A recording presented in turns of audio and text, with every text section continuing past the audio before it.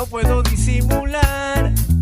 Cuánto amo a mi mascota, siento que me quiere hablar, me mira y me mueve la cola. Pasa el día jugando, siempre corriendo y saltando, hace que sonría, es parte de mi familia.